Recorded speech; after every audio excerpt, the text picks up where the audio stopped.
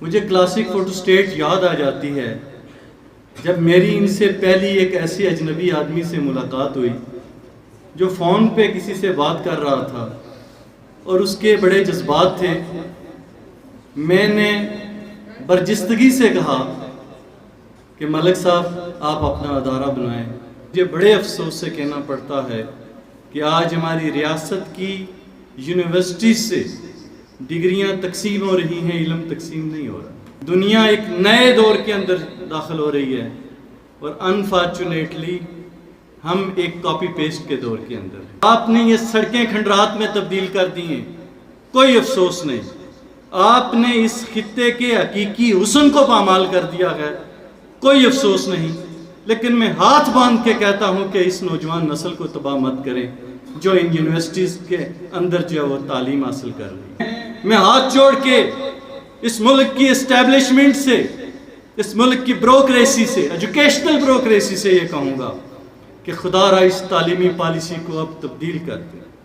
غالب کسی یونیورسٹی میں نہیں گئے، بلے شاہ کسی یونیورسٹی میں نہیں گئے، لیکن آج پی ایچ ڈی کی ڈگری اس وقت تک مکمل نہیں ہو سکتی جب تک ان پہ مقالے نہ لکھے جائیں۔ میری بہن عائشہ جو کسی سلو کا ذکر کر رہی تھی یہاں پہ، مجھے بھی اپنا زمانہ طالب علمی یاد آ رہا تھا کہ جب صبح ہم پتھر پہ لڑا کرتے تھے، یار خوبصورت پتھر مل جائے صبح جس پہ رکھ کے تو ہم بھی بیٹھا کریں۔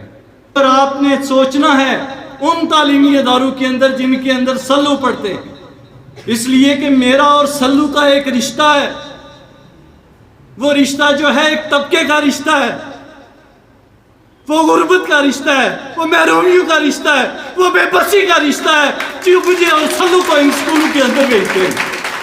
میڈم عائشہ، ایک طرف سلو کا کالج ہے، ایک طرف سٹار کالج ہے، اور ایک طرف اس ملک کی ایلیٹ کلاس کے بچوں کے کالجز ہیں، جو بیکن ہاؤس ہے، جو لارنس کالج ہے، جو کیڈٹ کالجز ہیں، جو کارپوریٹ سیکٹرز کے کالج ہیں، جو بیکن ہاؤسز ہیں، جو ایجوکیٹرز کے نام پہ، جس کے اندر اس ملک کے مراد یافتہ لوگوں کے بچے پڑھتے ہیں، ان حکمرانوں کے، اس بیوروکریٹس کے بچے وہاں پہ پڑھتے ہیں۔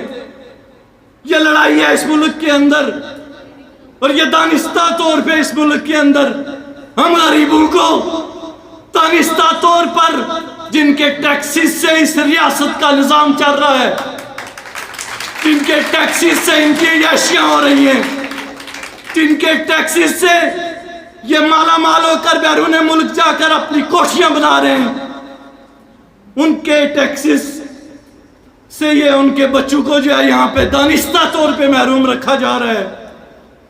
میں سمجھتا ہوں کہ ہمارے پرائیویٹ کالجز جو ہیں وہ بہت بہتر ہیں، لیکن ہمیں ان کے لیے سوچنا ہے۔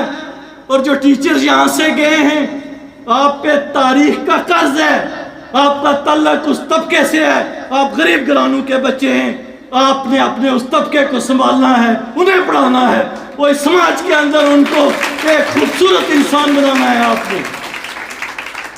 اور یہ حکمران یہ سوچتے ہیں کہ را مٹیریل سارا بیرون ملک جا رہا ہے۔